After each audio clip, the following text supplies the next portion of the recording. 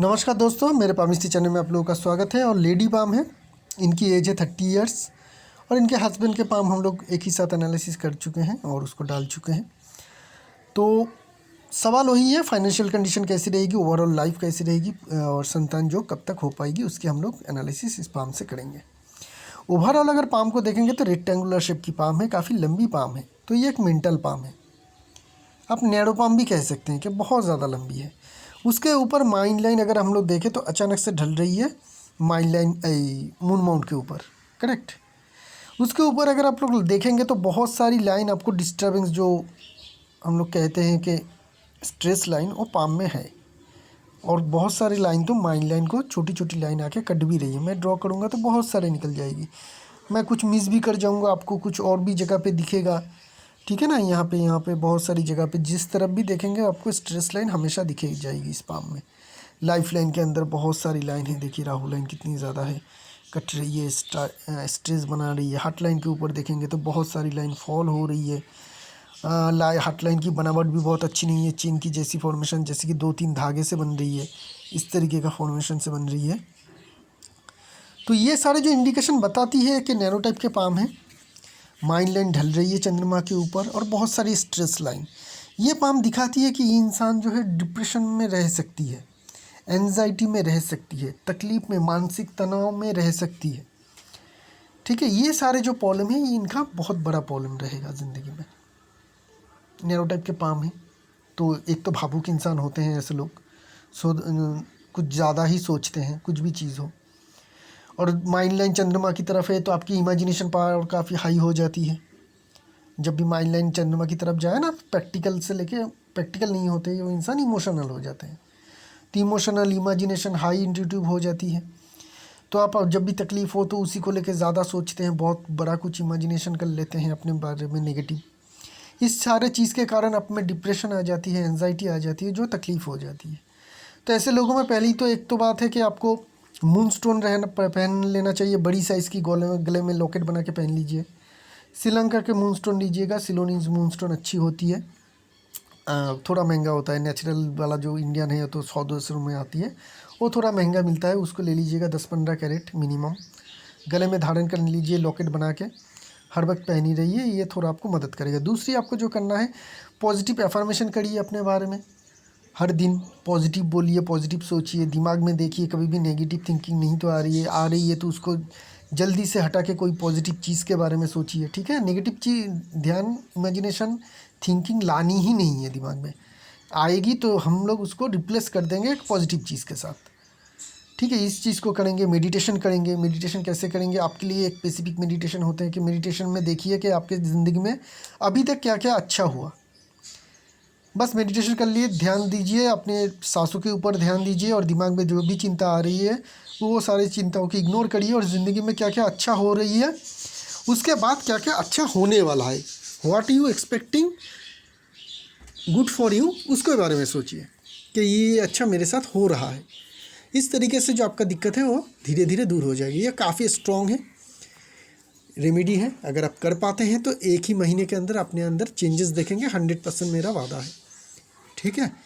चलते हैं बाकी सारी चीज़ों को देख लेते हैं। पाम में क्या क्या चीज़ है। थंब ठीक ठाक है, नैरो पाम है तो जनरली थंब लंबी ही रहती है, तो यहाँ पे हमें थंब ठीक ठाक देखने को मिल रही। लॉजिक और विल पार्ट दोनों ही स्ट्रॉन्ग हैं।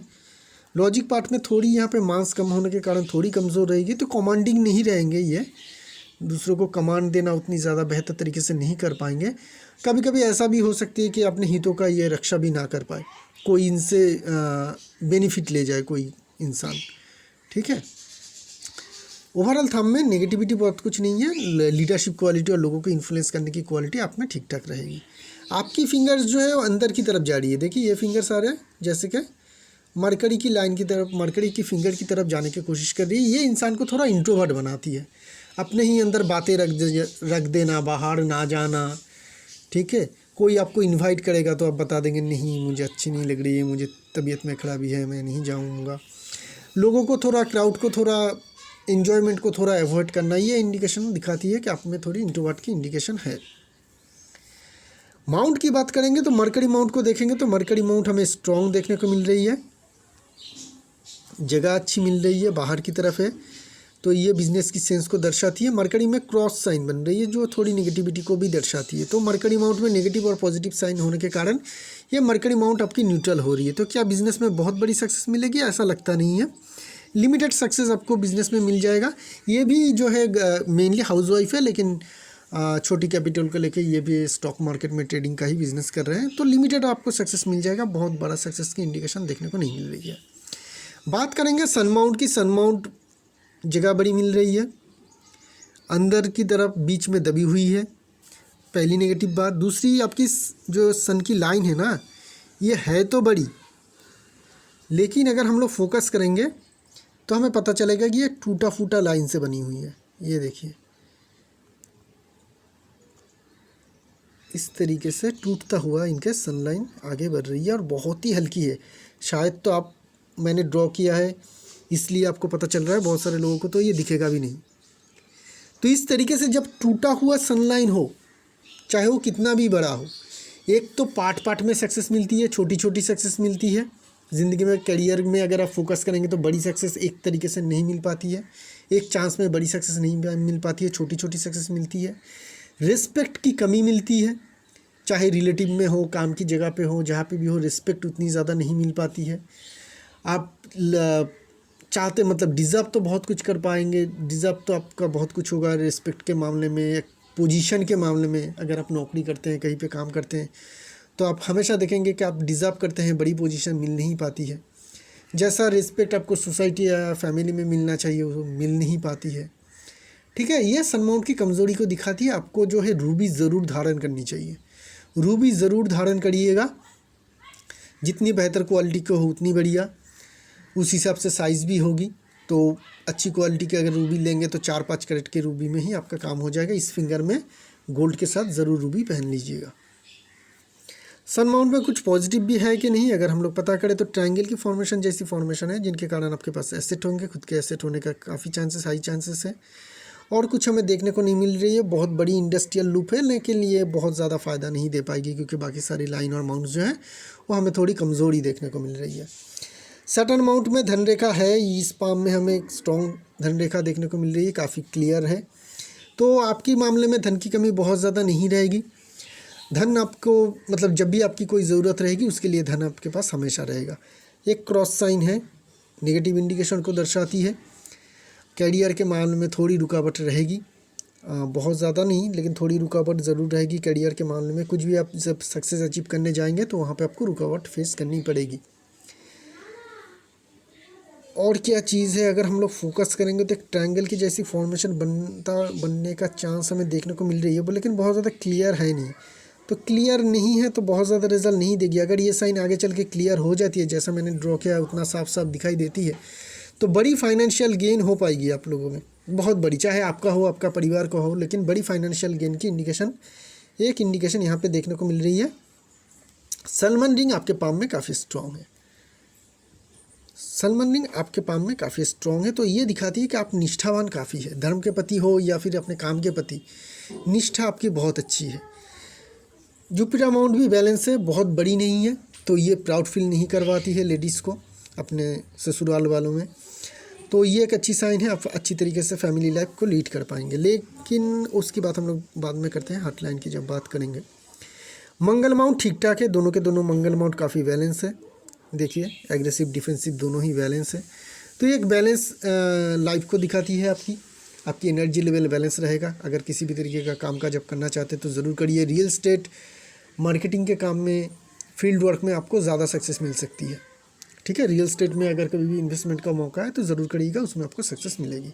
वेनस माउंट बहुत ज़्यादा कमज़ोर है, हस्बैंड या वाइफ दोनों का ही, अगर किसी का भी एक का भी वेनस माउंट कमज़ोर दिखे, क्यों कमज़ोर है देखिए, थोड़ा एक तो आपको यहाँ से दबा हुआ दिखेगा, ठीक है ना, मून माउंट के कंपैरिजन में देखिए दबा हुआ है, ये इस तरीके से होना चाहिए था, जो है नहीं, बहुत ज़्यादा दबा हुआ है। फिर अगर आप ड्रॉ करेंगे वेनस माउंट को तो देखिए आप किस तरीके से ड्रॉ करेंगे, माउंट की जगह कहाँ पे है, इस तरीके से ड्रॉ करना होगा आपको, बाकी जगह मंगल ले रही है।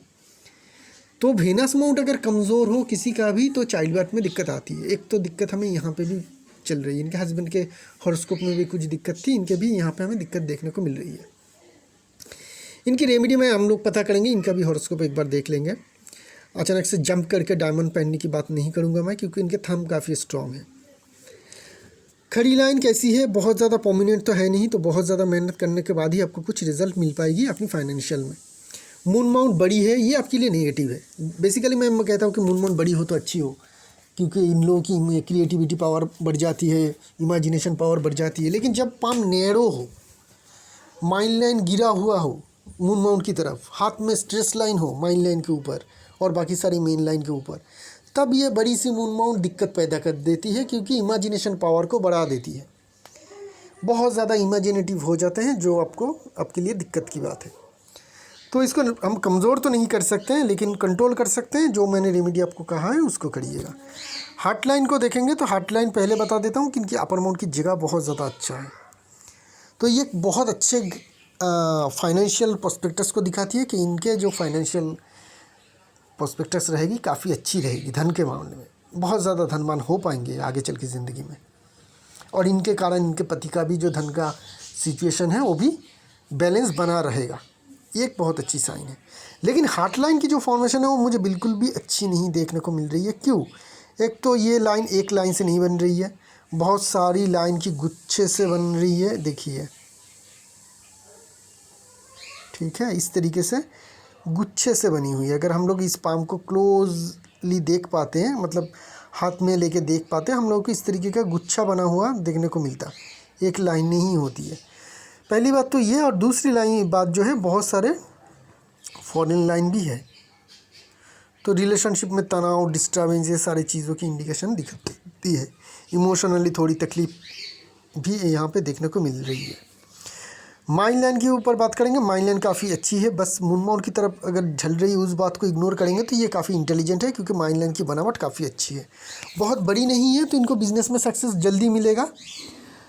मतलब कोई भी किसी भी तरीके का अगर कामकाज बिजनेस शुरू करेंगे तो इनको कुछ ही टाइम में सक्सेस मिल जाएगी। तो ये जो काम कर रहे हैं उसमें इनको सक्सेस मिल सकती है। एक तो निष्ठा भी काफ़ी अच्छी है, ठीक है, और माइंड लाइन भी छोटी है, बनावट भी अच्छी है, तो इनको उसमें सक्सेस ज़रूर मिल पाएगी। लेकिन जो स्ट्रेस लाइन कट रही थी, उनके कारण, छोटी मोटी तकलीफ के कारण आपको माइंड में डिस्टर्ब होगी, आप कॉन्सेंट्रेट नहीं कर पाएंगे एक ही काम में, ठीक है। वो एक प्रॉब्लम हो सकती है कि आपको रहे, लेकिन उसको अगर छोड़ दें तो माइंड लाइन आपकी काफ़ी अच्छी है, आपको बिज़नेस में अच्छी सक्सेस दिला सकती है। लाइफ लाइन की बात करेंगे, लाइफ लाइन में भी एक दिक्कत है। देखिए, मैंने पहले भी लेडीज़ पाम में एनालिसिस में आप लोगों को कहा है कि अगर लाइफ लाइन की लेडीज़ पाम में जॉब की फॉर्मेशन दिखे, जो आप स्पाम में है, आप लोगों को देखने में दिक्कत आ सकती है। मैं ड्रॉ कर देता हूँ। तो इस तरीके का इनका लाइफ लाइन है, ठीक है। उसके ऊपर ये सारे जो है राहु लाइन की कट भी हमें देखने को मिल रही है, ठीक है ना, सारे के सारे लाइन कट रही है। तो जब इस तरीके का प्रॉब्लम हो तो चाइल्ड बर्थ के मामले में दिक्कत आ जाती है लेडीज़ के पाम में। तो ये जो परेशानी है ये तो हमें देखने को मिल रही है। इसके लिए करना क्या है? फिज़िकल एक्सरसाइज करिए, फिज़िकल स्ट्रेंथ बढ़ाइए। तीन मुखी रुद्राक्ष 2-3 गले में ज़रूर धारण करिए। गले में हो, बाजू में हो, कहीं पे भी हो, 3 मुखी रुद्राक्ष ज़रूर धारण करिए। और रूबी कहा है आपको पहले लेने के लिए। अगर रूबी नहीं लेते हैं तो रेड कोराल ज़रूर पहनिए। रेड कोराल पहनना अच्छा रहता है लेडीज़ के लिए, जिन लोगों के लाइफ लाइन में दिक्कत हो, परेशानी हो, तो रेड कोराल भी पहन सकते हैं आप। रेड कोराल या रूबी दोनों में से एक पहनिएगा। मेनली अगर आप चाइल्ड बर्थ के ऊपर ज़्यादा फोकस करते हैं तो रेड कोराल पहनिए। अगर आप रिस्पेक्ट के लिए या फिर एक पोजीशन के लिए लड़ रहे हैं, ज़्यादा फोकस कर रहे हैं अपने जीवन में, तो रूबी पहन लीजिएगा। दोनों पहनने की ज़रूरत नहीं है, दोनों में से एक पहनना है। आगे क्या है, अगर हम लोग लाइफ लाइन की एज कैलकुलेशन करेंगे तो 35 के बाद से आपकी लाइफ लाइन में सुधार है। तब तक दिक्कत है। इस टाइम में मिसकैरेज भी हो सकती है। ऐसा भी हो सकती है कि आपका मिसकैरेज हो चुका है, क्योंकि ये मिसकैरेज की भी इंडिकेशन दिखाती है। ये तकलीफ़ चाइल्ड बर्थ होने में मिसकैरेज के लिए तकलीफ़ आ जाती है, ठीक है, तो वो भी हो सकती है। और जो प्रॉब्लम है वो मेन प्रॉब्लम तो बीत चुकी है। आपकी एज है 30, तो अभी तक तो यहाँ तक तो आपकी आ चुकी है। ये जो 2 जॉब की फॉर्मेशन थी ये काफ़ी गहरा था, और ये वाली जो है ये उतनी ज़्यादा स्ट्रॉन्ग नहीं है। जॉब की फॉर्मेशन है लेकिन उतनी ज़्यादा नेगेटिव नहीं है जितना कि ये छोटी छोटी थी। यहाँ पे बहुत ही हल्का जॉब की फॉर्मेशन बन रही है, जो कंप्लीट शायद हो भी नहीं रही है, बहुत ही हल्की है। तो इस टाइम पीरियड के बाद आपकी जो तकलीफ़ है वो दूर होता हुआ हमें देखने को मिल रही है। इवेंचुअली 35 के बाद तो कोई बहुत ज़्यादा दिक्कत है, परेशानी है नहीं। बात करेंगे आपकी फेथ लाइन की। फेथ लाइन की बात करने से पहले बता देता हूँ कि पाम की कलर बहुत अच्छी है, पाम में एक चमक है, पाम की अपर माउंट की जगह अच्छी है, तो इनके पैसे काफ़ी बनेंगे, पैसे एसेट इनके पास काफ़ी रहेगा। धन संपत्ति के मामले में कोई दिक्कत है, परेशानी है नहीं। हायर मिडिल क्लास वाली या अमीरों वाली ज़िंदगी है, आसानी से अपनी ज़िंदगी भर तक गुजार पाएंगे। फेथ लाइन की बात करेंगे, शुरुआत से फेथ लाइन ठीक ठाक चल रही है, बहुत स्ट्रॉन्ग तो नहीं है। ये जो झाड़ू की जैसी फॉर्मेशन नीचे बनती है, ये बहुत अच्छी फॉर्मेशन नहीं होती है, लेकिन 27 से लेकर करीब करीब 29 तक इनके फेथ लाइन में एक ट्रायंगल की फॉर्मेशन बन रही थी, जो इनके या इनके हस्बैंड के जो उस टाइम पीरियड में था, ये या इनके फैमिली के अच्छी फाइनेंशियल प्रोग्रेस को दिखा रही है कि उस टाइम पीरियड में इनके फैमिली में अच्छी फाइनेंशियल प्रोग्रेस ज़रूर हुई होगी। लेकिन जब भी हम लोग एज कैलकुलेशन करते हैं तो हमें पता चलती है कि करीब करीब 32 करीब ही ले लीजिएगा, 32 से लेके 35 तक आपकी फेथ लाइन में ना एक जॉब की फॉर्मेशन है। बहुत पतली है लेकिन जॉब की फॉर्मेशन है। फेथ लाइन भी पतला है, जॉब की फॉर्मेशन भी पतली है, उसमें एक कट भी है, ये और एक नेगेटिविटी को बढ़ाती है। तो ये टाइम पीरियड रहेगा कि आपके जो फाइनेंशियल कंडीशन है वो ख़राब रहेगी। अगर आप किसी भी फाइनेंशियल एक्टिविटी में इन्वॉल्व नहीं होते हैं इस टाइम में, आपकी एज में 32 से लेकर 35 तक, तो ये 3 साल आपके फैमिली के लिए भी ख़राब हो सकती है। तो आपको क्या करना है, छोटी मोटी बिजनेस उस टाइम पीरियड में आपका खुद का करना ज़रूर है, ठीक है। 32 से 35 तक अभी आप करें या ना करें ये ज़्यादा फैक्टर नहीं है, लेकिन 32 से 35 तक आप कुछ ना कुछ फाइनेंशियल एक्टिविटी ज़रूर करिएगा। उसमें क्या होगी, आप छोटी मोटी रिस्क लेंगे, आपकी नुकसान होगा, आपके खुद के पैसे जाएंगे, आपको दुख लगेगा, तो क्या होगी, ये वहाँ पे मिट जाएगी। अगर आप उस टाइम में कुछ नहीं करते हैं और हाउसवाइफ बन के रहते हैं तो ये इफ़ेक्ट आपकी फैमिली को झेलना पड़ेगा, और फैमिली में फाइनेंशियल क्राइसिस, बिजनेस में हानि, पैसे के नुकसान, आपके हस्बैंड के बिज़नेस के या अपने फैमिली के बिज़नेस में दिक्कत आ सकती है। तो इस बात का ध्यान रखिएगा। उसके बाद फेथ लाइन में कोई दिक्कत परेशानी नहीं है। 35 के बाद फेथ लाइन चल रही है, 40 आते आते फेथ लाइन ख़त्म हो रही है, आगे पाम में कहीं पे भी फेथ लाइन फिर से नहीं आ रही है। तो 35 से 40 तक भी ठीक ठाक चलेगा, आपका अच्छी चलेगा। 40 के बाद आप आज़ाद हो, जैसा चाहे आप उस तरीके से फाइनेंशियल प्लानिंग करिए, आपको सक्सेस मिलता हुआ दिखेगा। बढ़िया फाइनेंशियल जो सक्सेस है जब आपकी पाम में फेथ लाइन ना हो तब आपको मिलेगा, वो अबव 40 ही हमें देखने को मिल रही है कि 40 के बाद आते ही 39-40 आते ही आप लोगों की ज़िंदगी में काफ़ी आसानी से पैसे, सक्सेस, अपॉर्चुनिटी आता रहेगा। यह है आपकी ओवरऑल पाम की एनालिसिस। थोड़ा हॉरोस्कोप के ऊपर भी फोकस करते हैं संतान के मामले में। यहाँ पर पहले देख लेते हैं कि संतान लाइन आई है कि नहीं पाम में। तो संतान की जो लाइन है आपके पाम में भी आ चुकी है, तो ये एक पॉजिटिव चीज़ है जो दिखाती है कि संतान के योग दोनों पाम में ही है। चाहे दिक्कत परेशानी कितनी भी हो, संतान का योग ज़रूर है और होगा आपका ज़रूर। चलते हैं हॉरोस्कोप की ओर। बर्थ डिटेल के ऊपर थोड़ा फॉलो करते हैं। 18/6/1991 दोपहर के 12:30 नीमच जो है मध्य प्रदेश में है, वो जगह पे इनका जन्म हुआ है। हॉरोस्कोप क्या कह रही है इनका? हॉरोस्कोप को अगर हम लोग देखेंगे तो हॉरोस्कोप जो निकल रही है कन्या लग्न है और सिंह राशि है। सिंह राशि के जो जातिकाएँ होते हैं ना, वो मैरिज में थोड़ा डिससेटिस्फाई रहते हैं। क्यों रहते हैं ये बोलना थोड़ी प्रॉब्लमेटिक है, लेकिन फिर भी ऐसे जो जातिकाएँ होती है, अगर सिंह लग्न या सिंह राशि का हो तो उनमें कुछ ईगो की थोड़ी दिक्कत आ जाती है, या फैमिली में कुछ इस तरीके से उनको पेश किया जाता है कि इनको ईगो की दिक्कत है, इसलिए इनसे थोड़ी दूरी बनाए रखते हैं। तो हो या ना हो, लेकिन फैमिली वालों को यही लगती है कि आप में थोड़ी ईगो है, जिनके कारण फैमिली रिलेशनशिप में थोड़ी तनाव रहती है, ये एक प्रॉब्लम आती है। जो आपकी 5th हाउस है उसकी अगर बात करेंगे तो वो आती है मकर के घर में, और यहाँ का लॉर्ड बनते हैं सटन, बैठा हुआ भी सटन ही है। शनि के घर में शनि बैठा हुआ है, 5th हाउस में बैठा हुआ है, तो सटन बहुत ज़्यादा स्ट्रॉन्ग है। जब सटन बहुत ज़्यादा स्ट्रॉन्ग हो जाए और किसी भी घर में बैठ जाए, उस घर की, मैं हमेशा कहता हूँ, देखिए मैं बहुत ज़्यादा ज्ञान तो नहीं बांटता हूँ, लेकिन जो भी बोलता हूँ वो आखिर में सच ही होती है। ज्ञान की बातें नहीं करता हूँ, प्रैक्टिकल बातें करता हूँ, चाहे हॉरोस्कोप हो या फिर पाम रीडिंग हो। तो यहाँ पे मैं हमेशा कहता हूँ कि सैटर्न अगर किसी घर में बैठ जाए तो उस घर की रिजल्ट वो लेट ही देगा, क्योंकि सैटर्न की ये आदत ही है, लेट देंगे अच्छी देंगे, अच्छी देता है, बहुत अच्छा देता है, लेकिन लेट देता है। तो सैटर्न 5th हाउस में बैठने के कारण संतान के जो कनेक्शन है वो आपके लेट होगा, लेकिन अच्छा होगा। सैटर्न अगर हम लोग देखेंगे, सैटर्न किसके नक्षत्र में बैठा हुआ है, श्रवण नक्षत्र में बैठा हुआ है, जो चंद्रमा है। तो यहाँ पे और एक थोड़ी दिक्कत आ जाती है कि अभी इतनी टाइम होने के बावजूद भी ये अभी तक क्यों रिजल्ट नहीं दे पा रही है। मतलब लेट तो देगा, लेकिन लेट का एक लिमिट भी तो होगा, तो लिमिट तो पीरियड तो बीत रहा है, अभी क्यों नहीं हो रही है। तो उसका कारण फिर से सैटर्न के साथ चंद्रमा का कनेक्शन बन रही है। ये चंद्रमा जो है सैटर्न के नक्षत्र में बैठा हुआ है, तो जिनके कारण वो हल्का सा बीज जोग यहाँ पे भी बन रही है चंद्रमा और सैटर्न की। और मून जो है यहाँ पे 12 हाउस में बैठ रही है। 12 हाउस जो होती है संतान के मामले में एबॉर्शन की, मिसकैरेज की इंडिकेशन को दिखाती है, तो यहाँ से एक दिक्कत आ जाती है। ठीक है, तो मैंने जो कहा मूनस्टोन लेने के लिए आपको मूनस्टोन ज़रूर लीजिएगा गले में, अच्छी क्वालिटी का सिलोनिस मूनस्टोन ही ले लीजिएगा, जो लोकल है वो मत लीजिएगा। ठीक है, जो दशा चल रही है आपका, वो आपका भी राहु की ही दशा चल रही है। एक बार देख लेते हैं, इनका दशा पीरियड मैंने डाउनलोड कर के रखा हुआ है। हाँ, राहु की दशा आपका 26 अक्टूबर 2021 से चालू होगी, मतलब अभी 2-3 दिन बाद ही आपकी जो राहु की दशा है वो स्टार्ट होगी। तो राहु की दशा स्टार्ट होगी, कौन सी दशा ख़त्म हो रही है, मंगल की दशा ख़त्म हो रही है। मंगल आपकी 11th हाउस में है, और राहु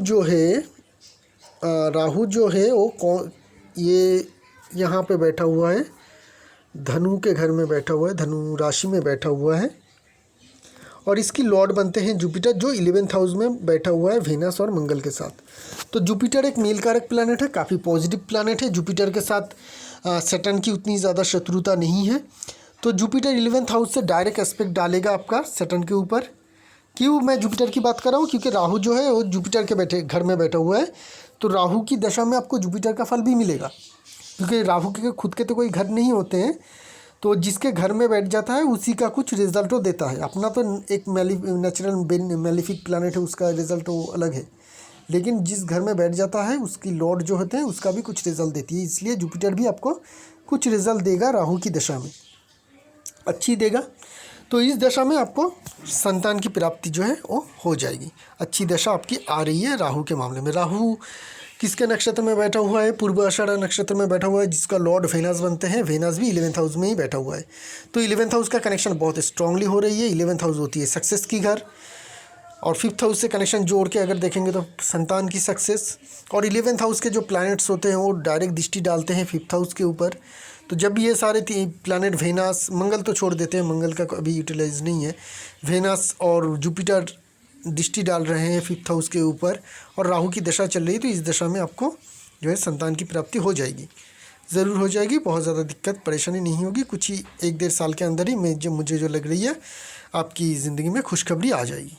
तो ये रही ये एनालिसिस। इसी के साथ साथ इन एनालिसिस को यहीं पे रखेंगे, एक नई हॉरोस्कोप और पाम को लेकर बहुत जल्द आएंगे। तब तक के लिए आगे दीजिए, शुक्रिया आप लोगों का।